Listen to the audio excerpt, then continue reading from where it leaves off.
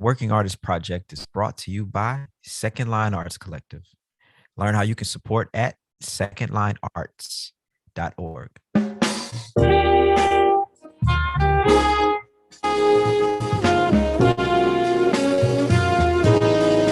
We're creating a platform for those who are curious, one that tells the story from the artist's perspective. Moments in time, captured from the innovators who are reshaping dance, music, theater, and the visual arts. This is the Working Artist Project. Good evening, ladies and gentlemen. Welcome to the Working Artist Project. Today is January 10th, 2022. Darrian Douglas, today is a special day. Or why don't you tell everyone what today is? Well, today is the greatest day ever, Greg. You know, January 10th, great people like myself, Max Roach, were born. And yeah, man, I'm 37 years young today. I'm the greatest person on the earth, aka Darrian, aka the Supreme Ruler, aka Chef D, aka King. You know what I'm saying? That's what people call me, Greg. Yeah. Wow. I had a whole intro ready for you, but I guess you took care of it for me, man. I appreciate that. What can I say, man? I'm one Darrian, happy birthday. Thank you, man. I appreciate it, and I appreciate everybody out there who's giving me love and on this very special day. Despite my house flooding, Greg, I'm having a great day. I have to say, I'm impressed by your demeanor. I can tell that you have, in your 37 years on this earth, you have acquired some wisdom and some poise, and you have become one with the universe, and nothing can faze you at this your old ripe age. I think you've known me almost 20 years or something like that, right? So you've been here for a lot of this 37. Been a minute. It's been a minute now, and you know what? It's been a pleasure because I'll say this right now. You're the fucking man, and man, I'm so grateful to have you in my life. And man, dude, happy birthday, man. Thank you, bro. I keep telling people we should have got married, man. It's too late. You know I'm taken, right? You keep saying this. Look, man, let's get right to it, man. We got somebody very special here tonight, Miss Asia Seavers, and she is, I think she's what you call an entrepreneur. Is that what are those? What is an entrepreneur? You make something out of nothing. It's kind of like improvising. You know what I'm saying? That's awesome. Wow. Yeah. I'm excited to have Asia on tonight, and it's a little bit different because she's not a musician per se, but she is an artiste. You know? She's a mixologist. That's what you call. That's the professional version of things, right? And as I think all of our listeners know, alcohol and music go hand in hand. That song, Love and Marriage. It was a show, right? Love that was what was it with Al Bundy and all those people? Yeah. That's kind of like liquor and music, man. You know. Anyway, without further ado, let's bring Miss Asia. Welcome her to the Working Artist Project. What's up, Asia? Yeah. Hi. Hey. What's up? Happy birthday. Oh, thank you, man. I appreciate you. You know, I forgot to tell Greg and the rest of our listeners that you're the greatest storyteller of all time. I am good at that. I got a mama. So amazing. Oh, this is going to be a great hour. Oh my, I'm so excited. Yeah. Asia, listen, let's I want to jump into your story and let people know. First of all, the name of your company is Mixology Cle, right? Yes, it is. Tell us what you do. I do so many things. Mixology Cle. The Cle is from Cleveland. I am born and raised in Cleveland, Ohio. But Mixology Cle is basically an entire group of my mind of drinks and experiences, curated experiences, and thoughtful beverages, right? So basically we do online virtual classes where we can send out kits with all the tools and ingredients to your home, develop a menu, and you get on Zoom and we make cocktails, or we can do it live and in person. We just had a couple classes in Cleveland, Ohio, which were super fun, where people made drinks in person.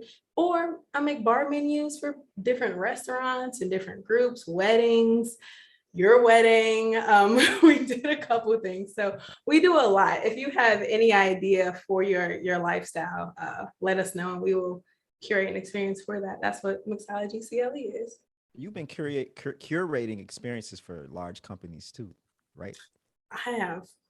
Yeah, one of my listeners in Greg, I know Greg is an avid runner, so he knows all about this Peloton. And so that's kind of a huge contract. Greg is crazy. He runs outside every day, but for the Uh-huh. people in New York, you know. Hey, just for the record, there was a period of life where I was riding on Pelotons at hotels and things like that, and I did fall in love with one of the hostesses of the one of my. Ooh.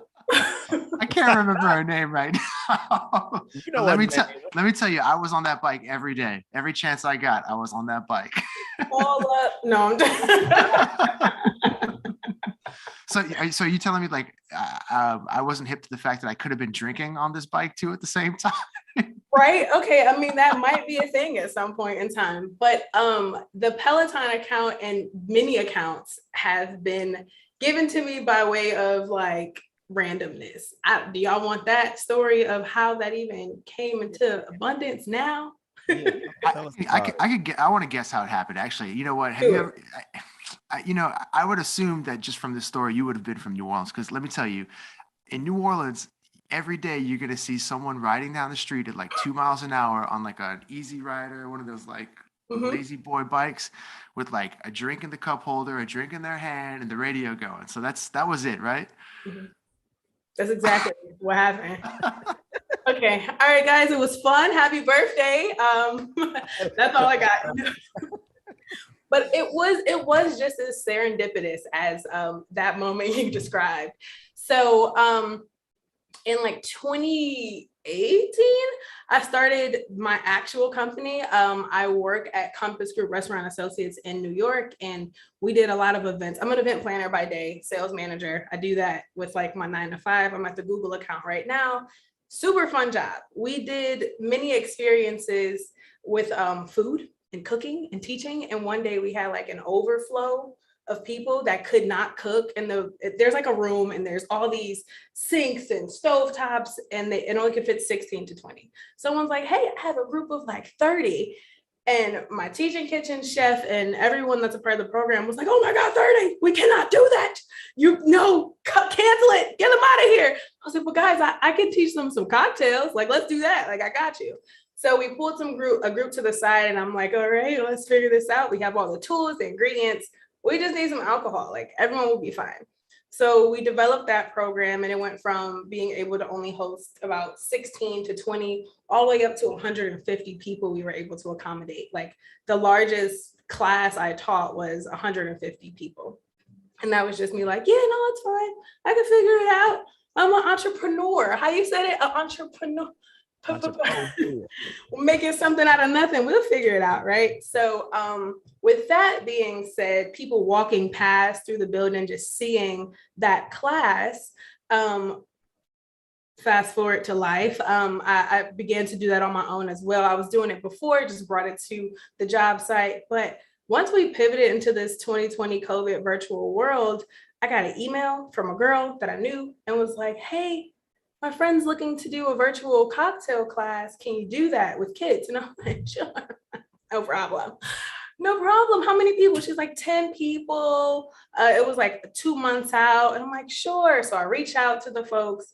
I realized that it is the email tags Peloton. I'm just thinking the girl's using her like work email to be like, I'm professional, right? But that wasn't it. It was actually the client, right? Peloton. So I'm like, oh my God. I like call my mom, like, Mom, there's a Peloton wants me to do an event.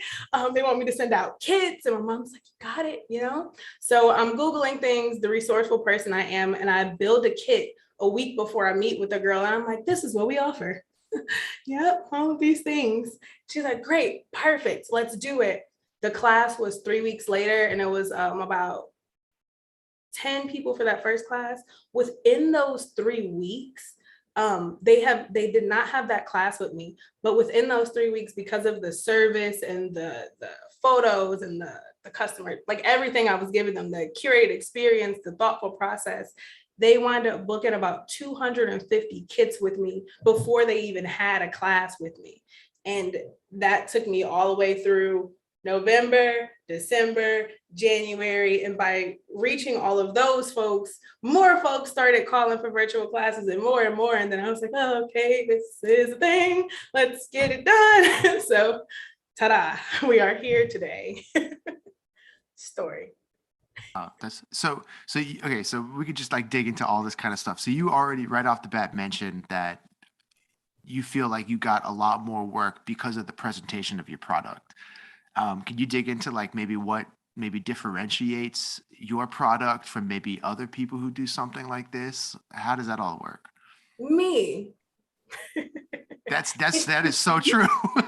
And the way I would describe that is my background and my life leading up to this point has prepared me for this type of work or this business. Fun fact, I used to be a magician and a stand-up comedian. I was going to ask you about that. That was my favorite thing in your bio. That was my first job, and that really prepared me to just be like spontaneous, outgoing, get in people's faces and show them the unknown or something that they could be afraid of, right? Like I'm doing something that's supposed to trick you and it's illusion focused, but it's supposed to spark joy, right? So that portion of like, all right, I need to spark joy. I need to make a connection before I present. I got that from magic, right? Then I was worked at Home Depot as like a in-store promoter for like kitchen cabinet refacing and all these other things. So from there, I learned to like scour, look around, you know, I'm like going through, I was like, you look like you got a kitchen. How can I help you? So moving on to understanding a demographic or a group of people in a need and how to approach.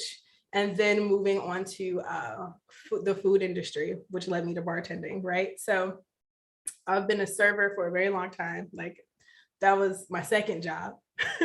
And in serving, I always saw the folks in the back, the cool kids at the table. They were the bartenders, like the bar crew. They always had keys that like made noise to like liquor cages. They had carts, they had their own section. They like counted things.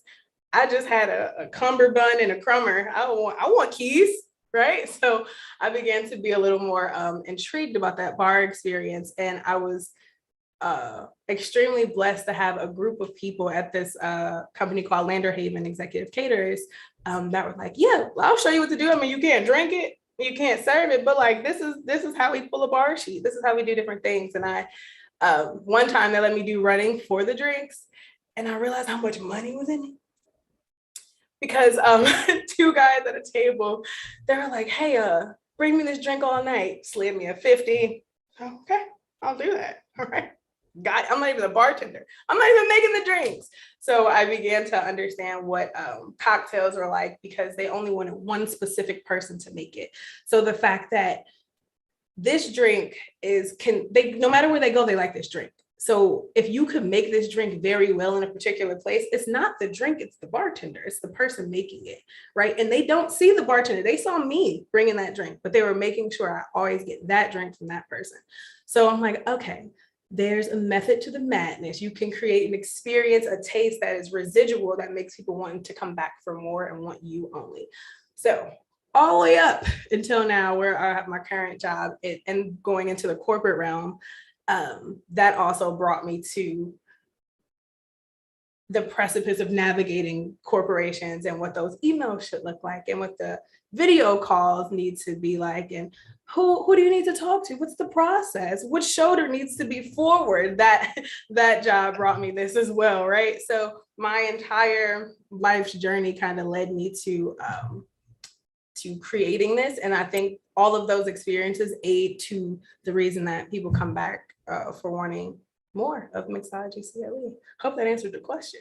You know, Asia, I'm just sitting here listening to you, and I think that I have my own opinions, but I'm curious to know what you think draws people to you, because everything you said is great, but if you don't have that magic, because you're magnetic, so people see you and they're just like, oh, I want to be a part of this.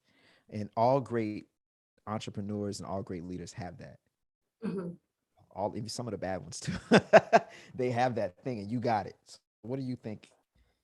What do you think that is for yourself? I think that for myself, or for if you don't have it, how you get it? For you. For me? I don't care about nobody but you today. Well, on your birthday, that is special. That is special. Nice guy.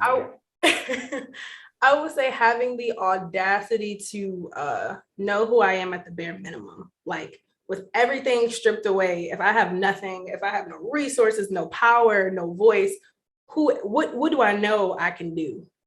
Okay. I know that what is that? I know that I like to serve. I like to be of assistance. Point blank, period. I have nothing to give, but I can help. The second thing is the ability to think. If you don't know how to help yourself, I have the ability to really think through process, procedure, and resources. Because I realize that a lot of times I like looking at different businesses, they have a particular thing that allows for them to have value. Like I have this, and this is why my company is great. On the contrary, people assign value to that item. So how do you then portray that item to be valuable? And I believe I have the gift of creating value in item, because people, it's you, me, Dupree, all of us, we assign value to things. Nothing else does it. So if you have the ability to speak to someone to create that value or that thought process in their head, that will help, right? And then last but not least, I'm just happy all the doggone time. Hey, like joy. Joy is free. It costs nothing. Yeah. Nothing. It don't cost a doggone thing. Literally. Like, I mean, well. Asia, have you been drinking tonight? I'm kidding. I'm sorry. I mean, I've been drinking lychee sparkling water. There you go. $3. So do you feel like as someone who is a bartender, do you feel more drawn to like the connections that you're building with people, or are you like fascinated with like the actual mixology and like how drinks come together and things like that? It started with the people and the openness of people when they get drinks. I like vulnerability. I like who you are. You gotta have some good stories of people telling you all kind of stuff. It's like, whoa. But I always wanted to know that, like, how can you grow anything or even learn how to navigate the world if you don't know the people you live in it, like that live in it, right? Or at their bare minimum, if you just have this facade. And at the bar, when you, especially at like local bars, like frequent, not like party, but like the real thing. Even parties, people come to the bar like, water, just to give me water. Don't tell them this is me. I need water. So the people is what brought me to it first, and then I got into all like the smoke and the bubbles and the egg whites, and then I was like, this is cool. Yeah, I like that you said the people. I used to be a bartender in college, and I'll never forget this. This guy used to come to my bar, y'all, every week, every Sunday at 2 p.m. And his wife was terminally ill. And so he would go to the grocery store, buy ice cream for his wife, and then come to my bar and get a 7 and 7. And he'd be like, all right, I got 30 minutes to drink this 7 and 7. And we chop it up. We got to know each other over the years really well.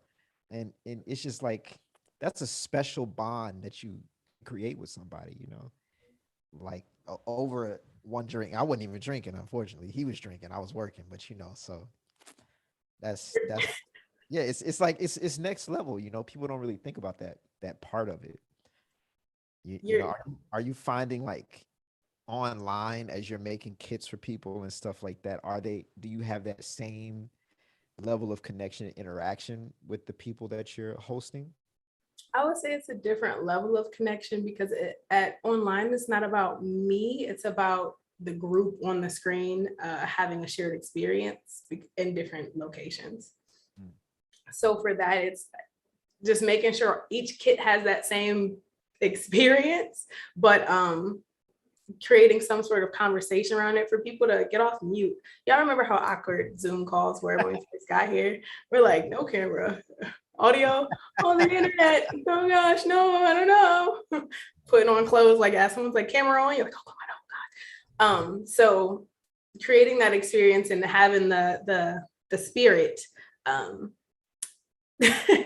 Thinking about being a bartender, you're literally giving someone something that can alter their state if they have too much, and they're just like, I trust you, give it to me. So having that aid in the Zoom calls definitely made it help, but it was more about connecting the folks on the screen. Yo, Greg, I know it's your turn, but somebody in here is in the comments, they got a question for Asia, and I don't want to miss the opportunity to let our listeners ask a question. Somebody wants to know about your creative process and how you coming up with your themes and ideas. I'm assuming this person has been to one of your your sessions. Yes. Okay, cool. How do I come up with things and ideas? I enjoy the unknown. So or to just like display new things or give people an experience they never had before. So a lot of my creativity comes through research of, okay, it's International Women's Month. Let me look for women-owned alcohols or spirits or wines, whatever it might be, minority-owned, local, something biosis. Like, what are these cool things out here, and then what can be paired with them, as well as seasonality. A lot of my creative process is determined by the state of the world, in all honesty. But it's exciting because you get to see it in another, what is this thing called, medium or format. Much like music can transport you to another place, depending on what's going on, alcohol can do the same. Especially with flavors, whether it's herbaceous or bright or citrus or woody, smoky, it can take you somewhere else. So that's where my inspiration comes from. There you go. The world. So can you walk us through maybe like what a mixology class or experience actually looks like? If so we receive a package in the mail, and then what happens from there? Two things can happen. One, if this is a multi-day experience, you might have a box that says like Monday, Tuesday, Wednesday. So you'll open the box. First day, it might be, we've kind of branched to do like Zen experiences as well, or kits that align with like snacks if it's a all-day event. So Monday might just be some tea. We might do some local tea for the US, Canada, and Hawaii. Sent something there, made it. Okay. So that was a tremendous feat for me. Next up, once you open your kit and you get on a call, you may have something fun like a lanyard or a necklace or something that you can talk about and present. So you'll gain that connection, right? Next up, the next day you might have herbs, you might have a fun snack with like rosemary in it, something else with like a honey cake or something, and then you move into your kit on that next day, and that drink might be a rosemary honey whiskey sour, it might be a gimlet, it'll have something to do. It's like a sneak peek to what's going on. So once you open your kit, you will order. We usually send the alcohol through like minibar. They'll like put everything in it, send it to you. You open it, you get all your tools, your glassware, your skewers, like everything your heart desires is in that box. You ain't got to go nowhere. Lemons, lime, apple, it's in there. Yes. Open it up, and then you get on a Zoom call with me. I usually make people take shots the first time around. Like, all right, y'all, let's do this. Y'all been with each other for a whole day or 2 days on Zoom. Let's take a shot, shake it out. And I ask you questions about your day, and I have you talk to other people within the Zoom call. I pick on people. So if you're not cutting your apple right, I'm going to say you're not cutting your apple right, Gregory. Listen. You have to put it up to the camera. Are there people that like maybe like if I was on a call, would I have other people on the call that maybe I don't know personally know, or is it usually just like a specific group? How does that work? So it's both. Sometimes people do it for like their family members and groups they know that can't necessarily be together, or people do it for like team building experiences, and we utilize breakout rooms to put people in different rooms to do different activities to get to know each other. And nothing bonds you over a shared experience like the bar. And we do mocktails too. It's not only alcohol too. We do mocktails as well. All of our kits come with the option to make it non-spirit forward, if you may. So yeah. One thing I think about a lot is, because Greg and I were both entrepreneurs as well, is how do we get the business to go without us? How do you, because it sounds like your business is solely on your shoulders. So have you thought about that? Like, how do you grow it past you?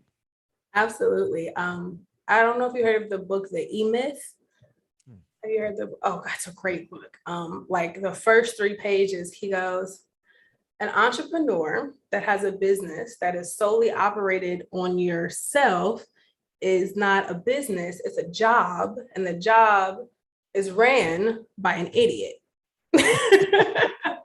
Well, thank you, bro. First thing. Congratulations, Darrian. We're both idiots. I'm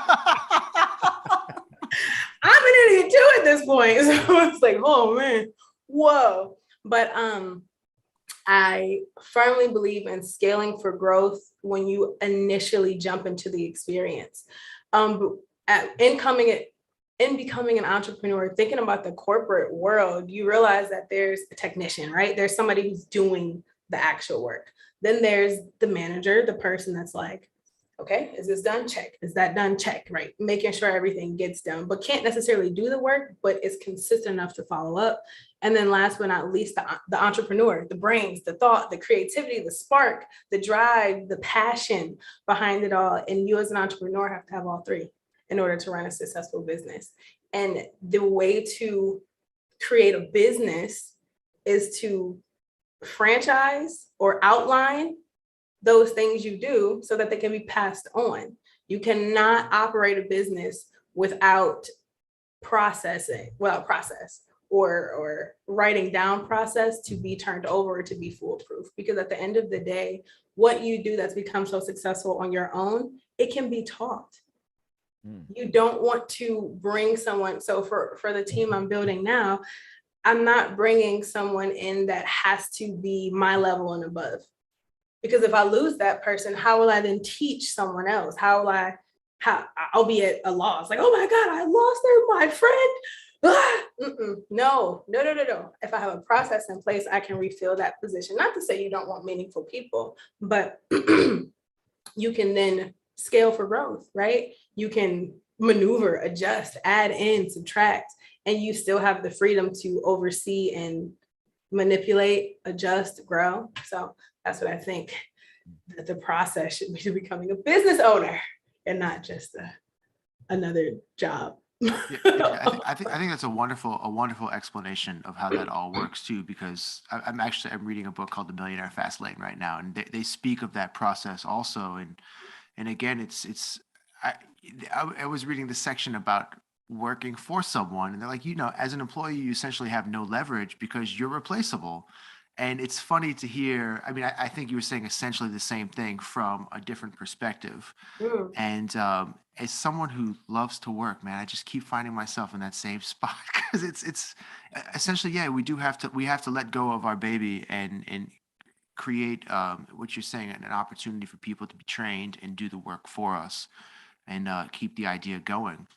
I wanted to ask you too, like as an entrepreneur, like how did you step away from your job and find the time to, did you like leave your job and start this business? Were you working a job and doing the entrepreneur thing, doing the mixology thing at night? Like, how did that all work? I did not leave my job. I am still there. I am up all the time. I have a child. It is my business. Oh, no. My hair is here, I promise. The blessing in disguise is, oh my God, it's so good because guess what? The moment the person reached out to me about the Peloton gig, like, hey, can you do this? It was a huge undertaking. That same week, my work computer like fried and we were working from home. So I wasn't able to like get another computer within like a week's time. It took like a week, almost 2 weeks to get a new computer. My old computer is like this 2002, what is 2002, there we go. It's a lot of twos now. MacBook Pro, like 10 pound. And I'm like working off of that the entire time. And it doesn't have like the ports for my work computer stuff to get on it. So it was just a hot mess, but it afforded me the opportunity to have a good solid 7 days of just like creative thought process without work. My 9 to 5. However, I still do work my 9 to 5, but process, plan, and procedure. And a lot of what I do now is similar So it's not really a huge undertaking where I'm like changing clothes, picking up an instrument. Like I'm not doing those things. I'm just like, all right, back to the computer, you know? So that is how I handle it. And I have an amazing support team. My mother, she's like, what you doing? I'm coming over. She's like, packing. One day we shipped out 140 boxes and I'm on the computer working and she's just like 1 spoon, 2 spoon, 3 spoon, 4. And I have another really good friend, Shanique. She does printing and labeling. And she took over all of the shipping labels, ingredient labels, organizing all that information so that she just dropped it off at the doorstep or came up and just labeled everything. So I have a team. It is people. They help me. Can I ask real quick? Is the goal to eventually like be full-time working for your own company? And then like, if that's the goal, when do you know it's time to make that step? The goal is to be full-time managing companies, not working. I mean, my goal is not to work. Dear, I don't dream about work. Isn't that a meme or something like that? Dare I? But I think that moment comes when you fully trust yourself and the business that you've raised, like the baby you raised, right? Because much like leaving home, you got to be okay. You got to be okay with what you have and your ability to succeed in order to thrive. So with my business, when I'm like, it can go, it can be on its own, that's when I will, because the only time you don't want to go is when you're scared. Fear. That's the only reason. There's nothing else. So, yeah. You ever read this book, The Tipping Point by Malcolm Gladwell? I have not. Yeah, check that book out. Maybe Greg told me about this book years ago, but anyway, I read this book and it's just about the point where you go to the next level. Basically, everything has a tipping point, and you know, with business or anything that you're doing, or leaving home, at a certain point, you got to be like, all right, I got to move up out my mama house, man. Like, I only got $50, but I got to get the fuck up out of here. You ain't washing no more dishes, man. But then you get to your own house, you still got to wash dishes. So, you know, that's kind of what it's like running a business. It's like when you work for someone else, you just do this one little thing. But when you run your own business, you just do everything. Yeah. And you know, at first, and then you get people to do those things, and then you can just do the thing I love. You know, Exactly. That's the goal, right? It is. And you will find people that love to work in the business that you are creating. You'll find people that love to make drinks, that love to be salespeople. Greg, earlier you mentioned, when do you have to step back from that baby? Sometimes you have to let go. And it's funny you say that because I recently was thinking about when I was saying like you gotta when you release everything, when you're stripped down to your bare minimum, who are you, like core values? Every business has core values. And if you ever worked for a company or corporation, when you're working for that company, you're doing their core values, right? Like Compass Group, I have their core values on lock and I am a salesperson. I still have my personality, but I have to operate within the things that under their mantle.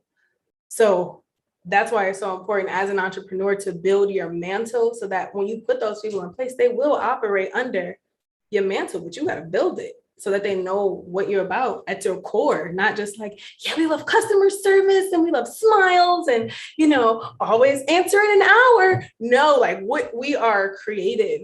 We are full of intention. We are intentional. Like we want to hear you and want to create an experience that comes out of your mind, right? We want to take it and make it because you don't know how to make a drink, but I do. So let me hear you and do it. So yeah. We got people in the comments and they asking about your platform. I put your email, I mean, not your email, but your website in the comments, but can you go ahead and just mention it so everybody can hear it and they can give you some links? Yes, it is Mixology -CLE, that didn't help, .com, COM. The big word I didn't spell. Mixology, I didn't spell. I realize that now. But you see it in the comments. I dropped it in there a couple of times. Y'all can go over there and give Asia all y'all money. I want to circle back to something you said earlier about fear. Mm-hmm. And what are you afraid of? And when will you conquer it?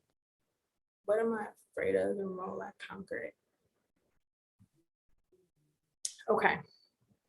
I will challenge, I'll raise you this.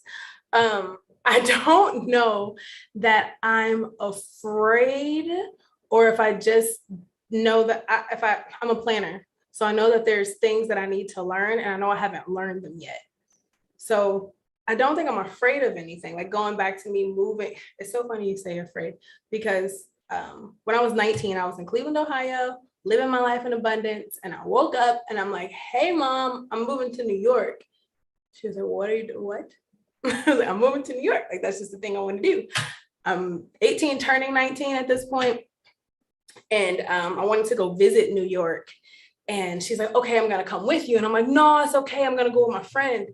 She's like, whoa, why? I'm like, well, you're too safe. Like you're afraid of things. Like I'm staying in a hostel. I want to go look in the corners. I need to see who over there. Because if I'm moving there, I need to know. I'm not, I had no family here, no job, no place to live. I just found someone helped me. My mom's friend was like, hey, this person has a basement apartment room. And this was like a couple weeks before I decided to move. So I realized that anyone who was opposed to that idea, who was like, no, don't do it, they weren't speaking from experience. Like they weren't speaking from moving to New York and like, oh my God, it was horrible. They were speaking out of fear or out of what someone told them. They've never experienced what I'm trying to do. So for me to absorb some type of fear or to create fear over something I've never done is like, why would I do that? No, do it. If it fails and you get scared, then be like, oh no, don't go over there. They shooting. Get down. But until then, I feel like learning is the thing that I need to do. That's deep, because I think we all suffer with fear, and I appreciate you bringing up the point that I guess the process of fearing the unknown is actually the scariest part. But when you're actually doing it, it's, I guess you're so in the moment that it's hard to fear something that you're doing. When you were talking about like work culture and things like that, I just want to say too, like, something I've come to realize in my time as a band leader and a teacher also in high school is just like so much of the culture of any environment is determined by the manager, determined by the boss, determined by the teacher or the band leader and things like that. And so I feel like, also like when speaking about core values too, it's like we all display our core values by like how we present ourselves to the world and how we interact with people. And I feel like, you're not going to have any issues communicating or conveying your core values, because it's just in this short little time together, it's just like you just seem to present yourself in just such a light and fun and like you were talking a lot about connections and just having done this podcast for such a long time, you're one of the easiest people we've had an opportunity to connect with. Hey. But yeah, that's something I think a lot of times like we forget too, like when speaking of those things like culture, like it's the culture is already there because we're just being who we are, and people are naturally going to kind of like imitate the people they're around in some way. But can I ask you too, like who do you look up to? Like who are your heroes, or do you have anyone that like maybe is a role model that has inspired you to? I do. Besides Mama. And it's Aw. funny because your wife actually inspires me. Like I consider her a mentor. Yes, that is a whole thing. Just like he inspired me too, And what do you love about them? Like what is that? Again, I like thought process, and I can get caught up in my thought process. And I'm like, oh gosh. I get to a point where sometimes I make a bunch of lists and just keep rewriting the list in different formats, and like nothing gets done, but it's like, okay, the A, B, or well, maybe C, D, E. But the people that I have as mentors in my life, Shadia, Carolyn, my mother, they know me enough to say, prioritize this. And that's a very hard thing to come by when you find a mentor, because if the mentor doesn't know you for who you want to be, like for instance, you can't have a friend as a mentor, because a friend will use whatever judgment or thought process they have about their experience to answer or to help you with whatever. They'll say, well, remember last time, or you usually do this or you usually do that, but a mentor, whatever you're going through, they'll navigate that particular situation. And I think that that is very important. And why I look up to those people, because they're able to isolate and objectively think about something for you to move forward apart from reminisce. So that's why I look up to those people, because that's like, it's hard to find people like that out here. And they doing it. They doing the damn thing. They are. So there's that also. That's beautiful. You know, Greg and I, the reason we have this podcast is because of our mentors. And the reason we started this nonprofit is because we're trying to live up to the vision that we thought our mentors had for us, you know? So that resonates with us on the highest of levels. You know, Shadia, my wife, she's my mentor. Which, she's not my mentor, but I do look up to Shadia, you know? I always tell her she's the smartest person I know. I'm the second smartest person I know, and Greg is the third smartest person. So I object to that. That is ridiculous. I'm at least number 2. But you know, mentorship is huge in every person's success, because you need that outside voice to say, "Oh, why don't you go left? Because it's easier if you go left. Now you can go right if you want to, but you know what I mean? Like that's kind of, it's really huge." And the mentor's experience also, like, yeah. What are you gonna do next? Like when you finish with Mixology, once you get into it, what's next? What are you dreaming? What's your next dream? oh, my dreams. Don't get me started. I have so many.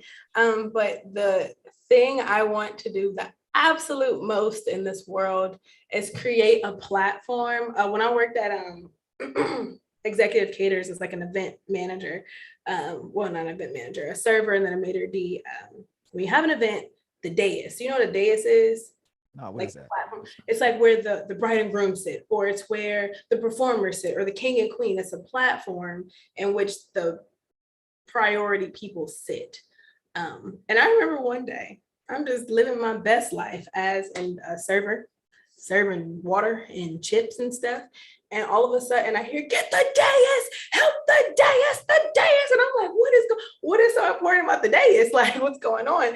Like, the dais needs to be first, the dais this. And we had a full meeting about the dais. And I'm like, I'm Googling, what is dais? And dais is like a platform in which like the highest people sit, or where the performer, or a place to stand, right? A place of significance. So I want to create a dais, because they was freaking out about this dais. So everybody deserves a platform, right?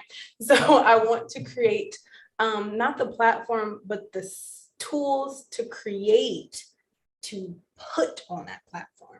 We got all YouTube, Instagram, we got Facebook, we got all this stuff. However, a space, I used to work at a film studio, a space where you can edit, do voiceovers, you can do all these different things in one place to create what you want to create. If you want a kitchen, all right, we got a kitchen over here. You want a bar, we got a bar over there. For people to be able to make different things to present to the world. I want to be the resource. I don't want to be the plug or the outlet. I just want to be the extension cord. You come through me to get to where you got to go. That's what my hope and dream and plan for my life is, just to be able to be the extension cord for the people to go from point A to point B. The resource. Do you ever say no to an opportunity? Because I never met too many people who's been a clown,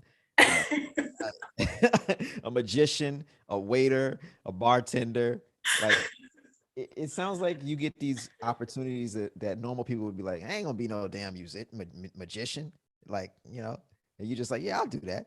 I mean, like, why not? I'm glad you asked that. I had a friend so no, I don't. I tell so many stories. I do not say no to an opportunity, because I believe that there's something to learn in every opportunity. Again, we talked about the fear and the unknown. I want to know. I crave knowledge. I thirst for like these things. Like, what is it? Tell me, huh? I'll do it. If I don't like it, I won't do it again. But I'll be able to tell you I don't want to do that again. Like, I have no desire to do this. But one of my really good friends, he was in college, he was a civil engineer, like he got all of these accolades, and the job he was at wanted to like promote him to like this higher position. He's like, I am not trying to go further in this place. Like at no point do I want to be the manager of this place or like the higher position. I was like, people go to school for the position they're offering you. Literally, they're going to school for the position they're offering you, and they're willing to work with your school schedule. Why not do it? Why not? It's like, well, I don't want to invest. You're not investing. They're investing in you. They are giving you time, money, and energy for you to, and from that, and that experience, it allowed him to kind of merge the two. And now he's like the bar manager, like the person, the civil engineer and bar like creator for this entire restaurant chain. So he combined the two. And I'm like, see, now look, if you would have stayed there out here just shaking up cosmos, what have you, sir? So gaining experience to create. So yeah, I've always been interested in those people too. And like, yeah, one time I did this. I'm like, really? Where'd you find the time? So yes, I don't say no. I have had, this you were mentioning earlier, Darrian and I, one of our things that bond us too is our experience in the service industry. And also when I was in college, I was a waiter for 4 or 5 years. And, something that kind of, we normally have conversations that center around music. And I can't tell you how many musicians that I know that have never had a job in their life, and sometimes I find it like the lack of having experience, like working for someone else, or even like maybe the experience of like being a server. Like I'm forever grateful for all the things that I learned. Like, dude, work is hard. How to interact with people, how to, when people are hungry and pissed, or when people are like coming out for a party, like, you get to interact and see that there's so many different lifestyles happening at the same time. And anyways, but going back to what you were saying too, is like those experiences and opportunities like shape us as people. And I feel like enable us to connect with those around us a little easier. And it's just kind of like sitting here talking to you. Yeah, it's just I can just feel that radiating from you. Yes. What else shapes us apart from experience? Yeah, it's so important. It's so important. And hey, musicians listening to this, like just all this stuff that we're talking about too. I know the conversation is never like explicitly like focused around music, but so much of this is applicable to how we run, how we conduct ourselves as people, how we like, when you were speaking about too, the packaging, the presentation, connecting with people, those are all things that are like extremely important for any artist or entertainer to embody in their stuff too. Because we could sit here too, and you could have just been like, I like to mix drinks, and I don't like it when people talk when I'm mixing drinks because it takes away from the science and the magic of the mixology. Or whatever. But yeah, it's like I just really appreciate being able to see how, like, again, like you've created an experience in the same way that like you've created an experience for Darrian and I in this moment. And like, I'm watching the chat just blowing up on Darrian's screen. Like, I just, again, like just from interacting with you, I feel like just I've learned a lot in what you've shown us. You've embodied like the things you've been talking about very well. I appreciate that. I think about and you talking about musicians and work. I think that an important thing to remember, because your music that you display is that product, it is that craft, it is that thing that people crave. And sometimes it's like the music speaks for itself, so I don't have to necessarily show up, my music will show up, right? But in return, and on the flip side of it, all those hours of practice you had to put in, all that time spent saying no to going here or no to going there because you're trying to get this down right, that is discipline. That is being on time, because you have to, you really gotta go within yourself. You're not punching the clock at that point. And get this, you're not getting paid for practicing. What? Amen. You're literally, you gotta get a gig to get paid. Exactly. So you are back here, and a lot of my friends are musicians, and the amount of discipline it takes, it's like the personality may not be there when it comes to presenting that product, because I don't know how to package this. I am the gift, right? I can display this for you. Like I am the gift. Yeah, I'm not a musician, but I can play the clarinet and the recorder. I got you. But thinking about that, just outlining that you are a corporation or in itself, right? And just pinpointing those different things you do to be able to articulate it and say like, no, I am punctual, I am this, I am that, I have the ability to, right? Because a lot of times I can't work that job. No, you've been working a job for free for a very long time. You just have to, compare and contrast, like equate it. Does that make sense? Like put the It's keyword. it's a mindset shift. Yes, there we go. Listen, Asia, unfortunately, we are coming up on time here. Things move fast. And but before we go, I want to give you an opportunity to plug everything, tell people where to go to give you all their money. Just yeah, because if they need to order this for their company, call your boss and tell them you need to get Mixology Cle packaged up. But tell them where to go. Tell them how to connect with you on social media and all that. Awesome. My name is Asia Seavers. My Instagram is mixology.cle. That's at mixology.cle. My website is mixology-cle.com.